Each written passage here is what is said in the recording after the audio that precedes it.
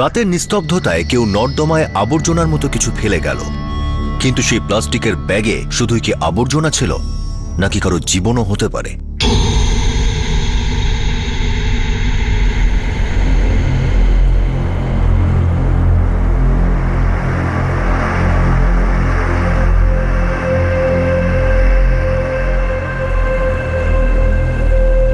একটা বাচ্চা মনে হচ্ছে তো ভাই। পুলিশকে ডাকবো কি? হ্যাঁ ডেকে নিন, কেউ হয়তো মেরে ফেলে দিয়ে গেছে।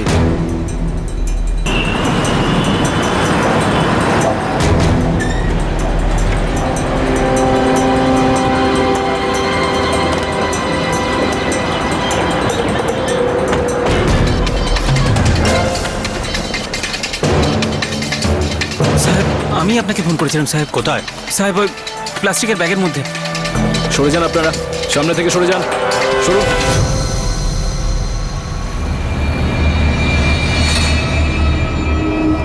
স্যার, দেখে তো মনে হচ্ছে কোনো বাচ্চার পা। ড্রাইভারদের ডাকো। সাবধানে দেখে। হ্যাঁ হ্যাঁ, আস্তে আস্তে আস্তে।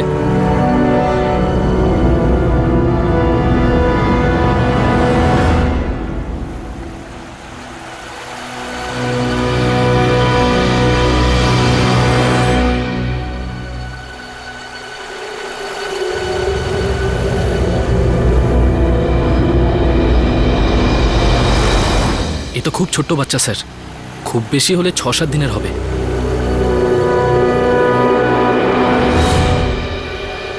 মেয়ে স্যার। একটি সদ্যজাত শিশুকে মেরে আবর্জনার মধ্যে ফেলে দেওয়া হয়। সেই শিশুটির শুধু অপরাধ এই ছিল যে সে মেয়ে ছিল। কেউ ছিল যে মেয়ে চাইতো না। এখন এটাই জানার ছিল যে সে কে ছিল যে এত নির্মমভাবে কোনো শিশুর প্রাণ নিতে পারে। এই বাচ্চাটাকে প্রথমে গলা টিপে মেরে তারপর খালে ফেলে দেওয়া হয়েছে। এই বাচ্চাটাকে মারতে কোনো অসুবিধাই হয়নি, কারণ এ তো একেবারেই শিশু।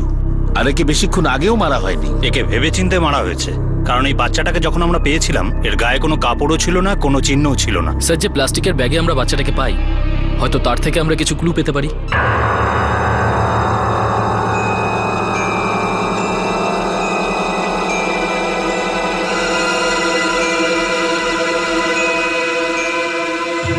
এক মিনিট, এর ভিতরে কিছু আছে।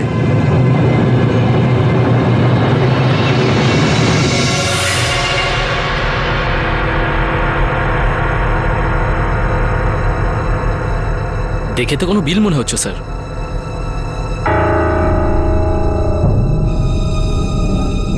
ম্যাগনিফাইং গ্লাস নিয়ে আসো। MG।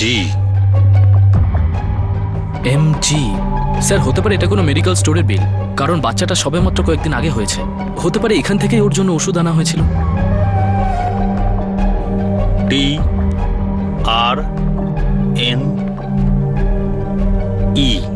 এটা 4টে অক্ষরের নাম। আমরা বাচ্চাটার লাশ বড়িওয়ালির খাল থেকে পেয়েছিলাম। হয়তো আশেপাশের মেডিকেল স্টোর থেকে এটার ব্যাপারে কিছু জানা যেতে পারে।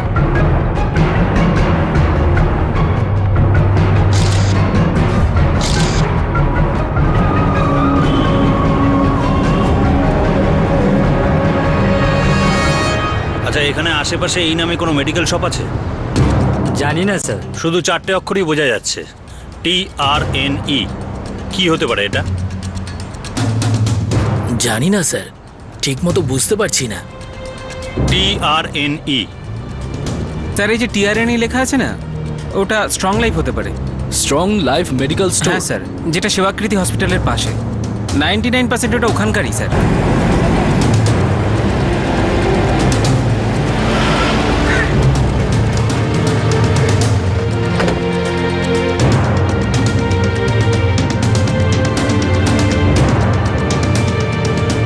হ্যাঁ স্যার, এটা আমাদের দোকানেরই বিল। এই দেখুন।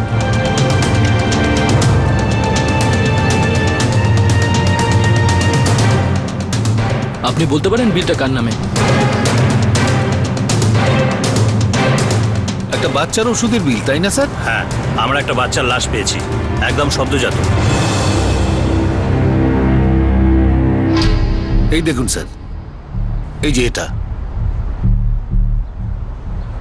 এই দুটো তো ম্যাচ করছে স্যার। পেশেন্টের নাম রেশমি লেখা। আপনি কি বলতে পারবেন কোন ডক্টর এটা প্রেসক্রাইব করেছে? স্যার ডাক্তারের নাম হলো ডক্টর মেঘনা দাতার, উনি গাইনোকোলজিস্ট। আমার এই বিলটার কপি চাই। এই নিন স্যার। Thank you.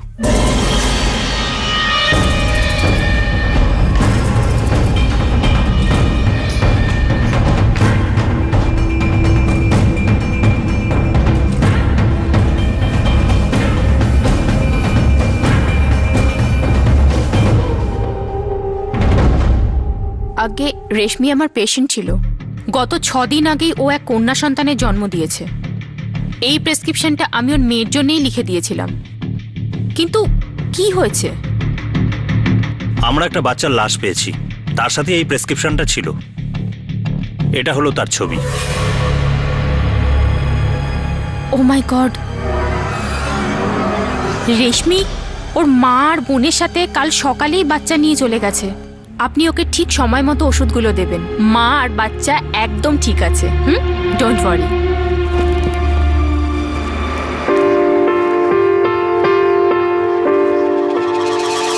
এই হলো রেশমির ফাইল। রেশমি মনোজ সিং, বিহার চক, কিরগেওয়াড়ি। কি মিষ্টি আর হেলদি বাচ্চা ছিল।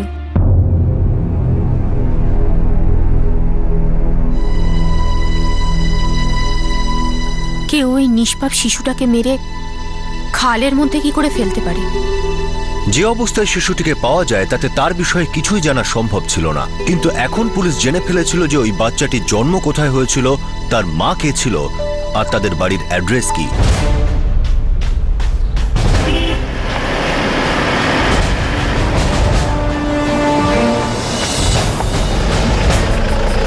রেশমি মনোজ সিং নামে কোনো মহিলাকে চেনো? রেশমি মনোজ সিং? হ্যাঁ? না স্যার, চিনি না।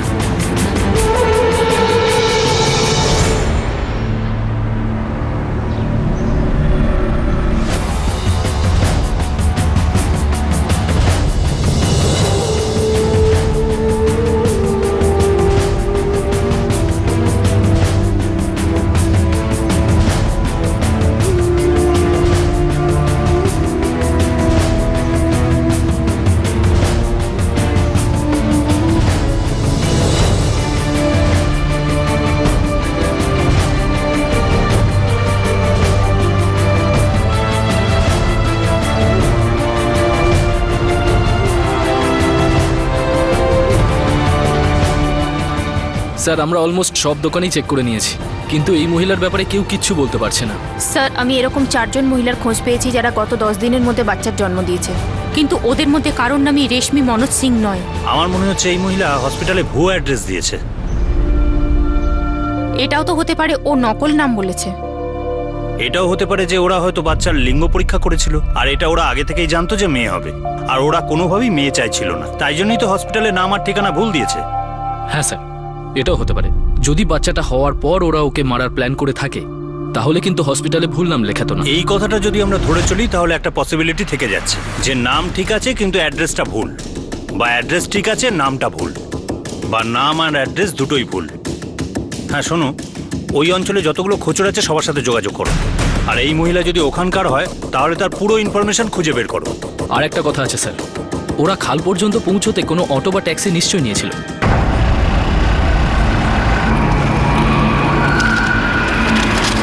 স্যার আমি ওই অঞ্চলের সবকটা রিক্সা আর ট্যাক্সি ড্রাইভারের সঙ্গে কথা বলছি। ঠিক আছে।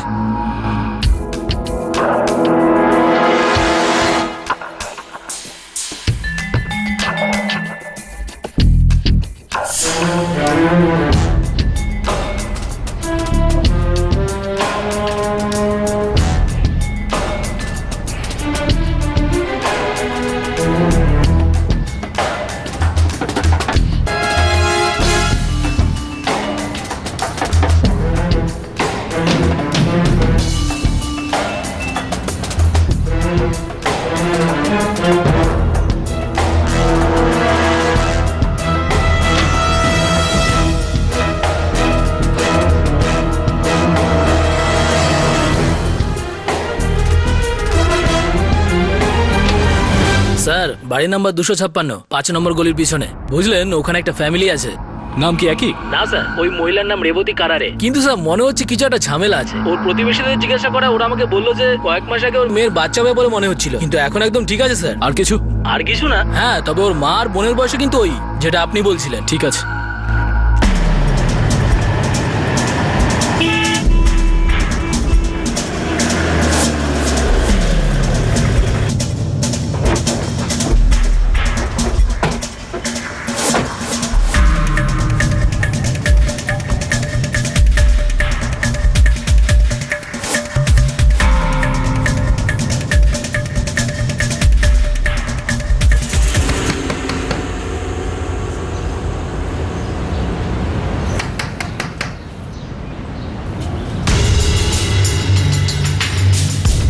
আমরা জনগণনা বিভাগ থেকে এসেছি। আপনাদের বাড়িতে কে কে থাকে তার তথ্য চাই। আপনার নাম?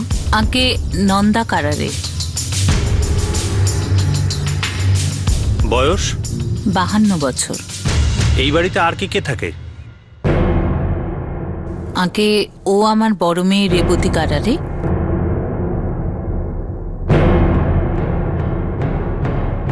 আর এই আমার ছোট মেয়ে প্রণীতা কারারে। বাড়িতে কোনো ছোট বাচ্চা আছে নাকি? না সাহেব, কোনো বাচ্চা নেই। আপনার স্বামীর নাম? দামোদর কারারে। উনি কোথায়? উনি গায়ের বাড়িতে গেছেন। কত বছর ধরে আপনারা এখানে আছেন? অনেক বছর ধরে আছি সাহেব। রেবতী যখন আমার কোলে ছিল তখন থেকে আছি এখানে। তাহলে তো রেশন কার্ডও আছে আপনাদের কাছে? হ্যাঁ আছে। আচ্ছা, ওখানে কাজ হয়ে গেছে? হ্যাঁ।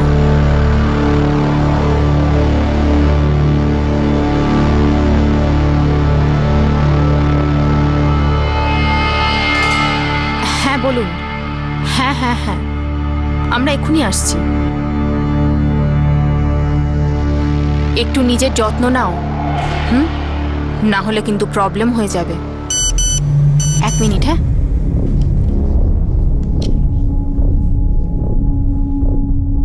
আচ্ছা, এই কি রেশমি মনোজ সিং, যে ওই বাচ্চাটাকে জন্ম দিয়েছিল?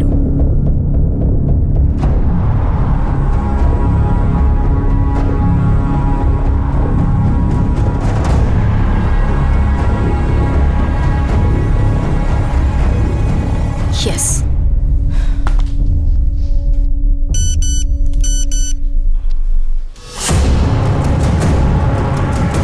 আর এরাই কি ওর মা আর ছোট বোন?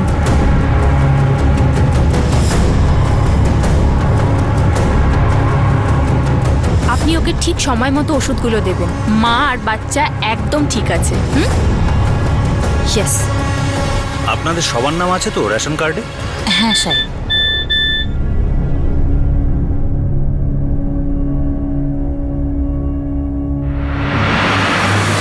স্যার, অন্য বাড়িগুলোর জনগণনা হয়ে গেছে। আমার কাছে এক্ষুনি খবর এসেছে যে আমরা একদম সঠিক তথ্য পেয়েছি। আচ্ছা নন্দা দেবী, আপনি শিওর তো এই বাড়িতে কোনো ছোট বাচ্চা নেই? কি বলছেন সাহেব? বাচ্চা থাকলে আপনাকে মিথ্যে কেন বলবো? সেটাই তো আমি জানতে চাইছি। কে আপনারা? আপনার মেয়ে রেবতী 6 দিন আগে একটা কন্যা সন্তানের জন্ম কি দিয়েছে। বলছেন উল্টো পাল্টা? উল্টো পাল্টা নয়, সঠিক ইনফরমেশন আছে আমাদের কাছে। মানে কিন্তু 6 দিনের বাচ্চার ব্যাপারটা জনগণনাতে কি করে আসে? বাচ্চাটা কোথায়? কে আপনারা? আমি জিজ্ঞেস করছি বাচ্চাটা কোথায়? কে আপনারা? বেরোন, বেরিয়ে যান এক্ষুনি বাড়ি থেকে। আমরা পুলিশের লোক। আগে ও দাইমার বাড়িতে। এতটুকু তো আমরাও জানি যে 6 দিনের বাচ্চাকে কেউ দাইমার বাড়িতে একা রেখে আসে না। আপনি শুধু আমাকে এইটুকু বলুন, আপনাদের মধ্যে কে ওই নিষ্পাপ শিশুটাকে মেরেছে?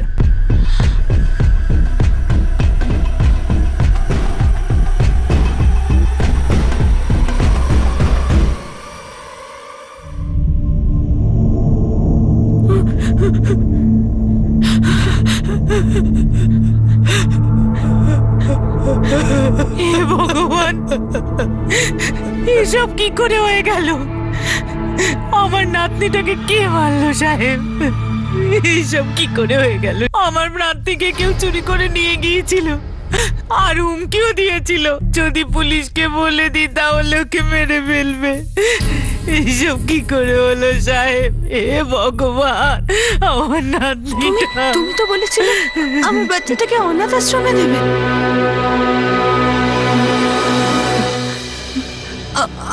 বাচ্চাটাকে কে মেরে ফেললো?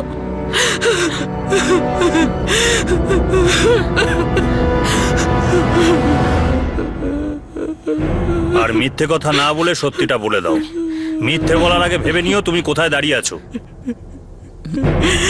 রেবতী, এখন কাঁদছো? তুমি জানতে না তোমার বাচ্চার সাথে কি হতে যাচ্ছে? তোমরা ওই বাচ্চাটার হাত থেকে নিষ্কৃতি পাওয়ার কথা আগেই চিন্তা করে নিয়েছিলে। তার জন্যই তো হসপিটালে মিথ্যে নাম আর অ্যাড্রেস দিয়েছিলে। কেন? কিসের জন্য? ও একটা মেয়ে ছিল তাই? তোমার স্বামী কোথায়? ওই বাচ্চাটার বাবা? বাবা, ওর জন্য আমাদের সবার জীবনটা বরবাদ হয়ে গেছে। ওর নাম হলো কৃষ্ণ গোসাই। কৃষ্ণ গোসাই আমার স্বামী দামোদর কারারের সাথে রেশনের দোকানে কাজ করত। আমাদের প্রতিবেশী ছিল ও। খুব ভালো কথাবার্তা বলতো আর প্রায় রেবতীর বাবার সাথে আমাদের বাড়িতে আসতো।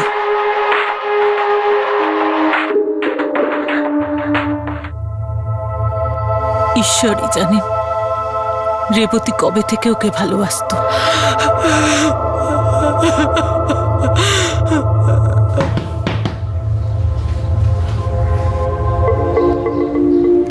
তুমি? বাবা তো বাড়িতে নেই, মাও কাজে বেরিয়েছে, আর প্রণীতাও বাড়িতে নেই। আমি এক গ্লাস জল পেতে পারি? হ্যাঁ হ্যাঁ, ভেতরে এসো না।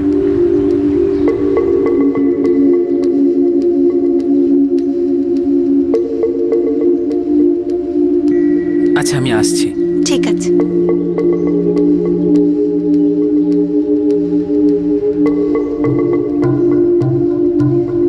রেবতী, হ্যাঁ আমার তোমার সাথে কিছু কথা ছিল।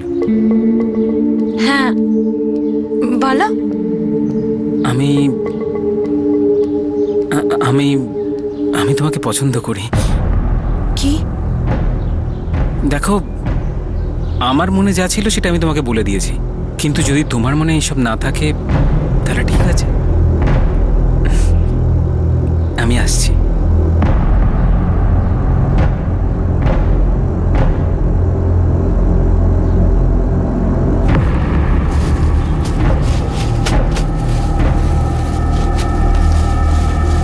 বাবা, খাবার। এসে গেছিস তুই? আচ্ছা বাবা, আমি আসছি। হ্যাঁ, দেখে যাবি কিন্তু।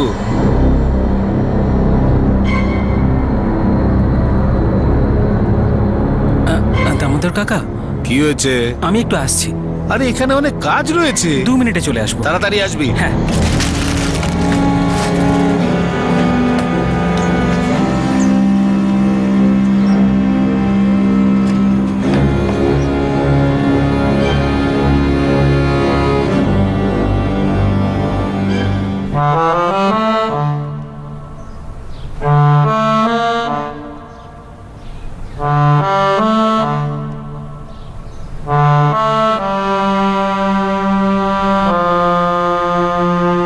তুমি গত সপ্তাহে বাড়ি এলে না কেন? আমি ভেবেছিলাম তুমি আমার উপর রেগে আছো, একটু ভয় পেয়ে গেছিলাম।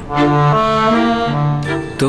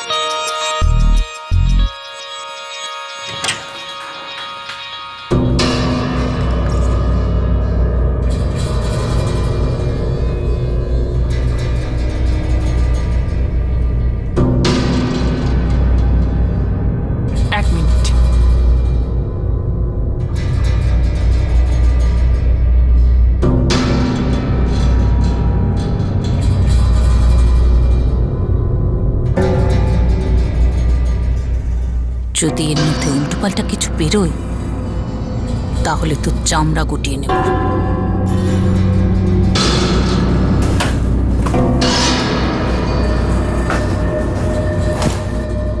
আপনার সন্দেহটা একদম ঠিক।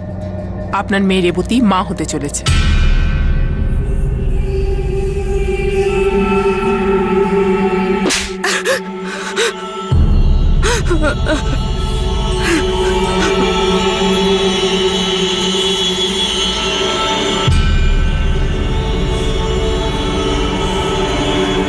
তুমি কি ওকে বিয়ে করবে? ওর পেটে তোমার বাচ্চা বড় হচ্ছে। তা ওকে আবার কি জিজ্ঞেস করছো? এই খারাপ কাজটা যখন ওই করেছে তখন এর দায়িত্বটাও ওকে নিতে হবে। কাকা,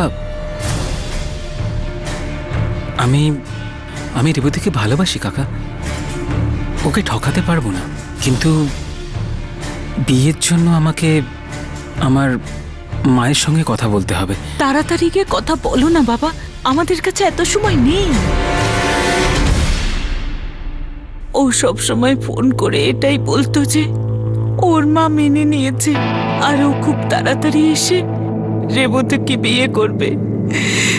এই বলতে বলতে 3 মাস কেটে গেছে সাহেব। দেখে নিও, ও আর কখনো ফিরে আসবে না। এখন পর্যন্ত তো কেউ জানতে পারেনি, কিন্তু কতক্ষণ লুকিয়ে রাখবে ওকে? লোক আমাদের মুখে থুতু দেবে।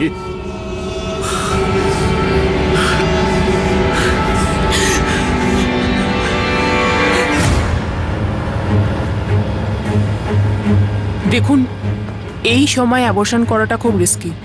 4 মাস হয়ে গেছে, আর এরকম অবস্থা যদি আমরা অ্যাবর্শন করি তাহলে ওর প্রাণের ঝুঁকিও থাকতে পারে।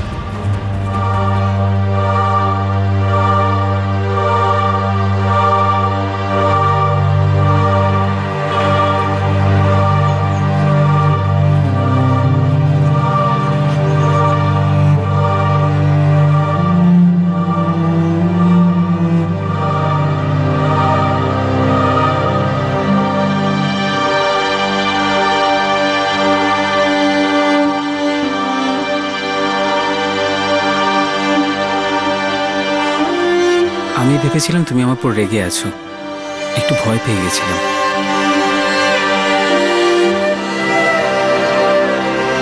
আমি রেবতীকে ভালোবাসি কাকা, ওকে ঠকাতে পারবো না।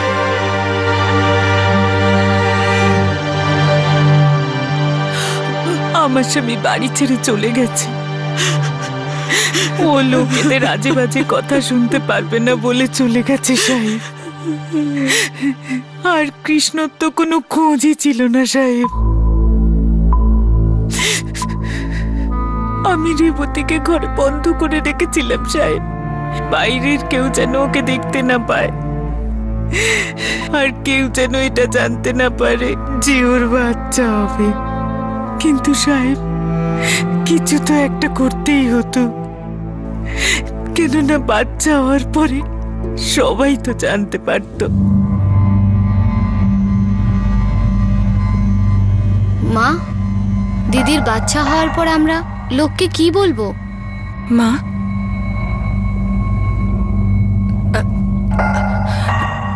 আমি আমি এই বাচ্চাটা চাই মা। আর তুই লোকেদের কি বলবি? এই বাচ্চার বাবা তোকে কুমারী মা বানিয়ে পালিয়ে গেছে? মা, আমি ওকে সত্যি ভালোবেসেছিলাম। আমি কি করে জানবো যে ও আমাকে ছেড়ে চলে যাবে? তোর তো এটা বোঝা উচিত ছিল যে বিয়ের আগে কারোর সঙ্গে সম্পর্ক করতে নেই। আরে লোক তোকে থুতু দেবে, গালাগালি করবে। মানুষ চাঁদে পৌঁছে গেলেও যখন এরকম কিছু একটা হয়ে যায় না, তখন সবার আগে মেয়েদের দিকেই আঙুলটা ওঠে।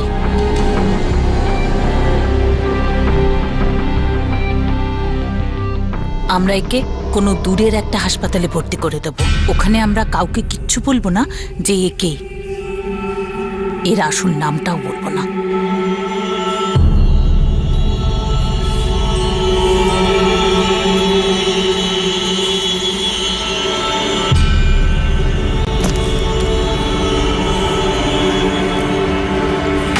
চব্বিশ ঘন্টার মধ্যে ডেলিভারি হয়ে যাবে। লেবার পেনও খুব তাড়াতাড়ি শুরু হয়ে যাবে।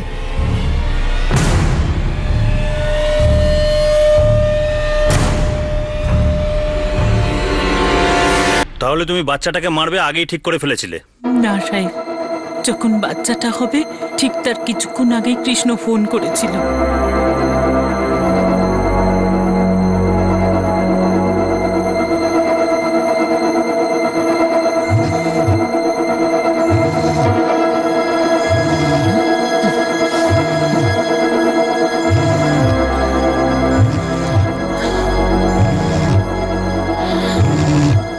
কৃষ্ণ ফোন করেছে, উঠে পড়।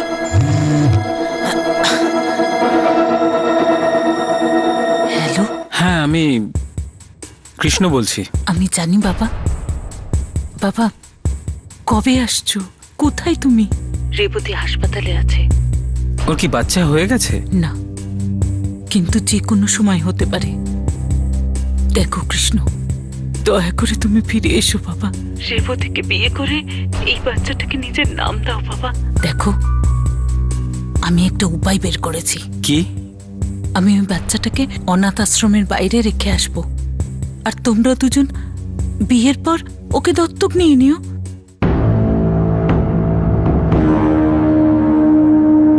কৃষ্ণ, তুমি সত্যি সত্যি ফিরে আসছো তো? আমাদের ভুল বুঝিয়ে ঠকানোর চেষ্টা করছো না তো? আমি আপনাকে একটু পরে ফোন করছি।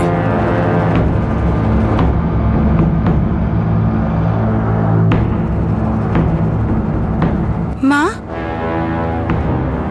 কে ফোন করেছিল মা? কৃষ্ণ মা? কি বললো? ও আসছে তো মা?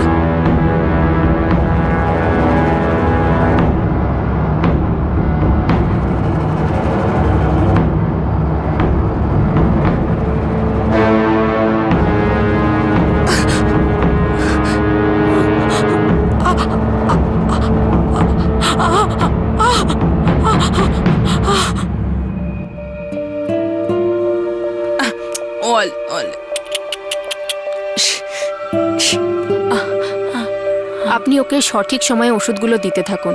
মা আর বাচ্চা একদম ঠিক আছে, ডোন্ট ওয়ারি।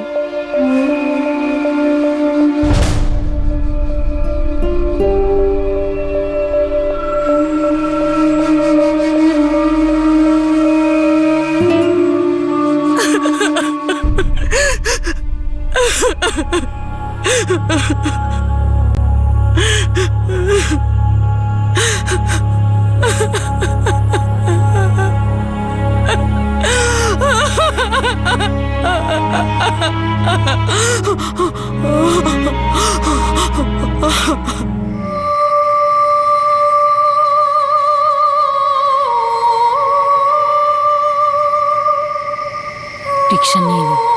হ্যাঁ, চল।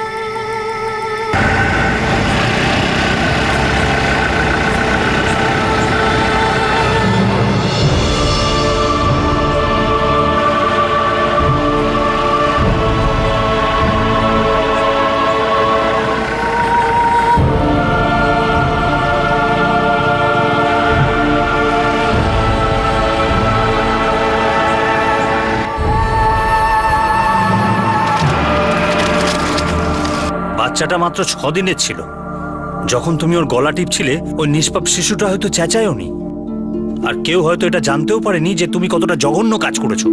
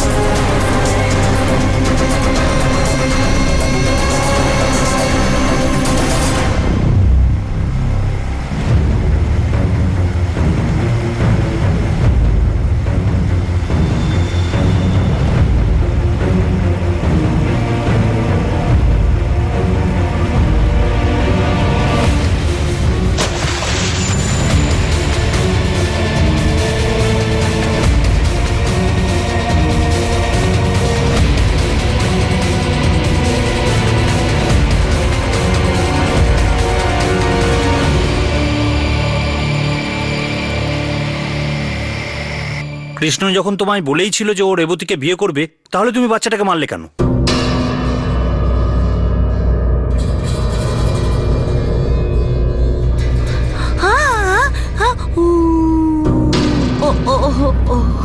চুপ চুপ চুপ চুপ। হ্যাঁ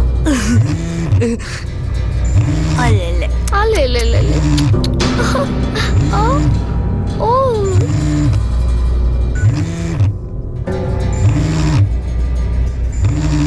মা, আমি জানতাম ও আমাকে ছেড়ে থাকতে পারবে না। হ্যালো, খুশির খবর আছে বাবা, তুমি বাবা হয়ে গেছো। ছেলে হয়েছে না মেয়ে? ঘরে লক্ষ্মী এসেছে, খুব সুন্দর হয়েছে, একদম রেবতীর মতো দেখতে। হ্যালো হ্যালো, আমার মেয়ের দরকার নেই।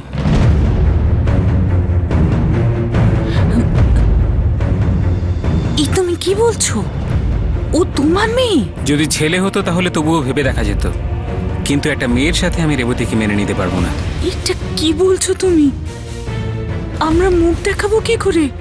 আরে অন্তত রেবতীর কথাটা তো ভাবো। আমার মেয়েটাকে কোন ভুলের শাস্তি দিচ্ছ তুমি? তুমি ফিরে এসো, আমার মেয়েকে বিয়ে করে নাও বাবা, ফিরে এসো।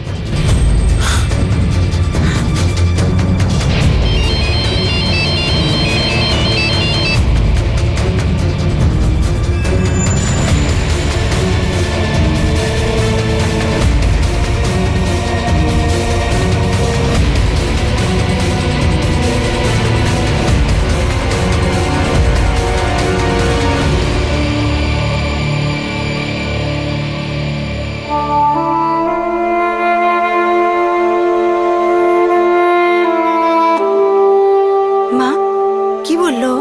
কবে আসছে ও? মা, বলো না কবে আসবে ও?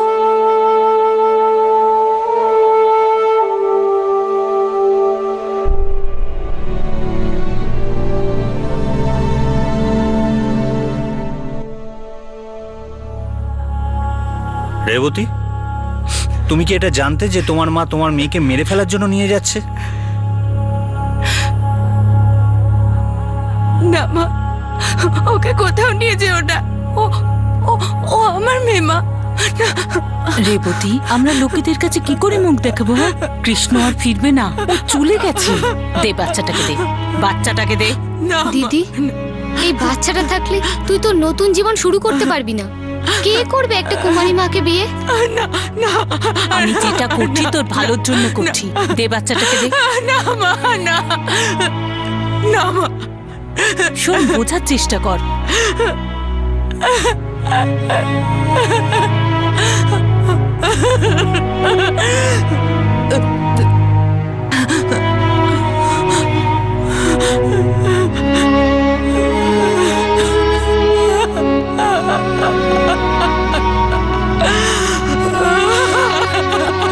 মা তো এই কথা বলে নিয়ে গেছিল যে মা ওকে অনাথ আশ্রমে দিয়ে দেবে। আমি কি করে জানবো যে মা ওকে মেরে ফেলবে? মিথ্যে বলছে সাহেব, মিথ্যে বলিস না। আমরা যাওয়ার আগে তোকে সবকিছু বলেছিলাম যে তোর বাচ্চার সাথে আমরা কি করব। বাবু, আমি সত্যি কিছু জানতাম না। তুমি একটা নিষ্পাপ শিশুকে মেরেছো যে তোমার নাতনি ছিল। আর রেবতী, তুমি কেমন মা? তুমি তোমার নিজের বাচ্চাকেই মেরে ফেললে কিসের জন্য? এমন একটা লোকের জন্য যে তোমায় ঠকিয়েছে, তোমাকে মা করে পালিয়ে গেছে, আর মেয়ে হয়েছে শুনে যে পরিষ্কার করে বলে দিয়েছে যে বাচ্চা সহ ও তোমাকে কিছুতেই মেনে নেবে না। এরকম লোক বাবা কেন, মানুষ হওয়ারও যোগ্য না। বাবু, আমি সত্যি কিছু জানতাম না। আমি তো আমার এই জীবনটুকু ওই বাচ্চাটাকে নিয়ে কাটিয়ে দিতে পারতাম। না সাহেব, এই সব কিছু জানতো সাহেব, মিথ্যে বলছে সাহেব। এর ভালোর জন্য আমি ওই বাচ্চাটাকে মেরেছি সাহেব। ওই বাচ্চাটাকে নিয়ে যখন তোমাদের এত প্রবলেম হচ্ছিল তো কোনো অনাথ আশ্রমে দিয়ে দিতে, কেউ ওকে দত্তক নিত আর ও মা বাবা পেয়ে যেত। অন্তত নিষ্পাপ শিশুটাকে মরতে তো হতো না।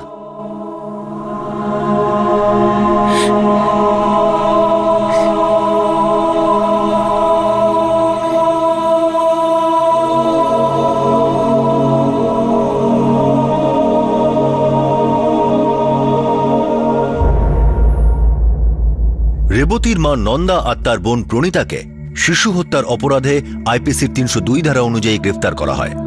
কমন ইন্টেনশনের কারণে তাদের বিরুদ্ধে 34 ধারাও লাগু হয়। হসপিটালে ভুল নাম লেখানোর অভিযোগে রেবতীকে আইপিসির 420 ধারা অনুযায়ী গ্রেফতার করা হয়েছে। পুলিশ কৃষ্ণকে এখনো গ্রেফতার করতে পারেনি। এই শিশুটি তাদের কাছে বোঝা ছাড়ার কিছুই ছিল না, তাই তো তারা তাকে মেরে নর্দমায় ফেলে দেয়। ওদের মনে হয় যে ওরা এইভাবে শিশুটির হাত থেকে নিস্তার পেয়ে যাবে আর কেউ কিচ্ছু জানতে পারবে না, ওদের জীবন আবার আগের মতো নর্মাল হয়ে যাবে। আর হয়তো এমনটাই হতো যদি না ওদের এই নোংরা কাজ মানুষের নজরে আসত। ওদের কি নিষ্পাপ শিশুটিকে মারার সময় একটু হৃদয় কাঁপেনি? এটা বলা মুশকিল, কারণ আজকের জামানাতেও পুত্র সন্তানের কামনায় মেয়েকে হয়তো তার মায়ের পেটেই মেরে ফেলা হয়, অথবা মেয়েটি জন্ম নেওয়ার পর তার হাত থেকে নিস্তার পেতে মানুষ এই নোংরাম সীমা পার করে ফেলে। আমাদের দেশে কন্যা ভ্রূণ হত্যা রোখার জন্য কঠোরতম আইন আছে, কিন্তু তবুও আমরা এই অপরাধ আটকাতে পারছি না। প্রায়শই এই অপরাধ করার বিষয়ে পরিবারের লোকেদেরই মদত থাকে। কোনো নিষ্পাপ শিশু শ্বাস কেড়ে নেওয়ার আগে তারা এটা ভুলে যায় যে তারা কোথা থেকে জন্ম নিয়েছে। তারা এটা ভুলে যায় যে তারাও কোনো মহিলার গর্ভে ছিল, তাদেরকেও কোনো মহিলা জন্ম দিয়েছেন। এখন সময় এসে গেছে যে আমরা সবাই মিলে আমাদের সমাজে বহু বছর ধরে চলতে থাকা এই কুরীতিকে সমূলে উপড়ে ফেলি। যদি আমরা মেয়েকে লক্ষ্মী ভাবি, তাহলে সে এলে কেন মুষড়ে পড়ি? এখন সময় এসে গেছে যে কন্যা সন্তান জন্মালে মানুষ ততটাই আনন্দ করুক যতটা ছেলে জন্মালে করে। এখন সময় এসে গেছে যে ভ্রূণ হত্যার আইনকে এতটাই শক্তিশালী করা হোক যাতে কেউ ভুল করেও এই ক্রাইম করার কথা না ভাবে। এখন সময় এসে গেছে যে কন্যা ভ্রূণ হত্যাকে আমরা সাধারণ কোনো অপরাধ না ভেবে বরং সবচেয়ে বড় অপরাধের চোখে দেখি, কারণ মহিলাদের উপর হওয়া অপরাধের মূল এর মধ্যেই লুকিয়ে আছে। আপনাদের সাথে আবার দেখা হবে ক্রাইম পেট্রোল সতর্কতে আরো একটা নতুন কেস নিয়ে। ততক্ষণ নিজের খেয়াল রাখবেন, সুরক্ষিত থাকবেন, আর মনে রাখবেন সঠিক সময় সঠিক পদক্ষেপ, সতর্ক থাকুন। জয়। For more updates, subscribe to our channel, click the show links and enjoy watching the videos.